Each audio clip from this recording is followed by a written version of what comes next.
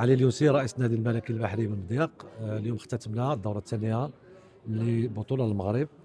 هذا الأسبوع هذا الحمد لله كان الجو في الموعد، كان الجو عجيب، والحمد لله كل البطولة كانت يمكن لها الدار، حيث هذا من الأساسيين هو الجو باش يمكن لافولت تستمر. في هذا الإطار هذا النادي الملكي البحري بالمضيق حصل على 3 ديال الجوائز الأولى في إلكا 6، وحصل على الإناث، وحصل على أقل من 19 عام. اسمي محمد دردش، نادي الملكي البحري بالمضيق.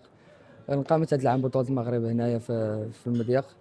الحمد لله حصلت على المركز الأول في صنف إلكا 6 اللي أول مرة غنشارك فيه في شي بطولة هنايا في المغرب. كنشكر المدربين ديالي والكلوب اللي عاوني بزاف باش نربح هذه المسابقة، وكنشكر حتى الزملاء ديالي اللي عاونوني حتى هما باش نحصل على هذا المركز هذا، وشكرا. السلام عليكم، اسمي خديجة إدريسي. اليوم فزت بالمرتبة الثانية في صنف الإناث الكاسيس بهذه بطولة المغرب.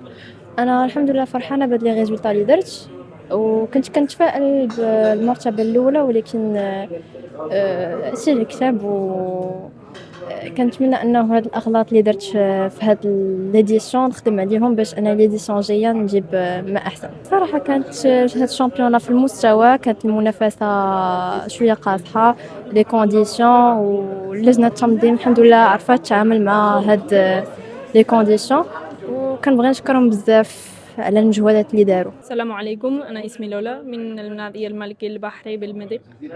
أنا فرحانة بزاف حيت أنا الأولى للبنات في بطولة المغرب. محمد الفردوسي، رئيس لجنة السباق ديال البطولة الوطنية ديال إلكا 6. الرياح كانت في الموعد لهذه البطولة، وكنطمحوا إن شاء الله دابا لعبنا 9 وكنطمحوا باش نكملوا 2 الجولات باش يكونوا 11، وباش نكونوا كما في تعليمات السباق ان البطوله غتجاوب 9 الجولات.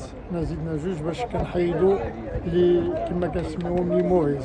كانت واحد الجو اخواني مع جميع الاخوان ديال الانديه المغاربه من اكادير حتى الى المضيق، وكان واحد التعايش، واحد الفضاء التعايش ماشي غير سبورتيف وصافي، ما كانش ديال الرياضه، كانت حتى واحد الجو اللي هو الاجتماعي الثقافي، تبادل الاراء ما بين الشباب. اذا حنا كنفتخروا بهذه التظاهره اللي عملناها في المضيق، وان شاء الله العام اللي جاي غادي نكونوا موجودين اكثر من الثانيه الثالثه والرابعه، وان شاء الله نطلب التوفيق للجميع. شكرا.